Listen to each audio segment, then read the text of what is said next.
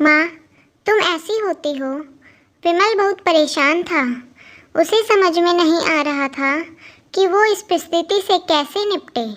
वो अपनी माँ को बहुत चाहता था, किंतु उसकी पत्नी और बच्चे उसकी माँ से बहुत दूर भागते थे, क्योंकि उसकी माँ की एक आंख नहीं थी, साथ ही उसकी कमर भी 90 अंश पर झुकी थी। वैसे वह अपना काम सब खुद कर लेती है, किंतु फिर भी वो उसकी पत्नी और बच्चों के लिए हमेशा खटकती है। दादी, आप ऊपर के कमरे में जाओ, मेरे दोस्त आ रहे हैं, विमल के बेटे अखिल ने बड़े बेरुखी से कहा। पर बेटा, मैं तो यहाँ बहुत दूर बैठी हूँ, विमल की माँ ने बहुत प्यार से कहा। नहीं, आप उनके सामने मत रहो, वो मुझे चिढ़ाते हैं, अखिल ने जोर से डांटते हुए कहा। क्या हुआ अखिल, क्यों चिल्ला रहे हो? विमल की पत्नी कामिनी ने किचन से ही आवाज़ लगाई। देखो ना माँ, ये दादी यहीं ड्राइंग रूम में बैठी हैं और मेरे दोस्त आ रहे हैं, अखिल ने शिकायत भरे लहजे में कहा।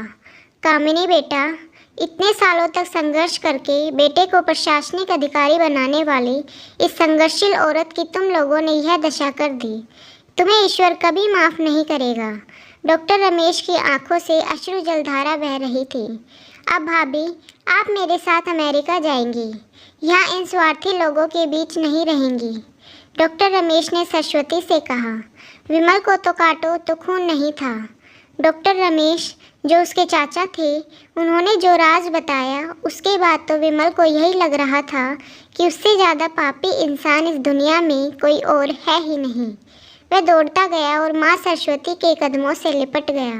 माँ, मेरा अपराध अक्षम्य है, मैं जानबूझकर चुप्पी साधे रहा, आपका अपमान करवाता रहा।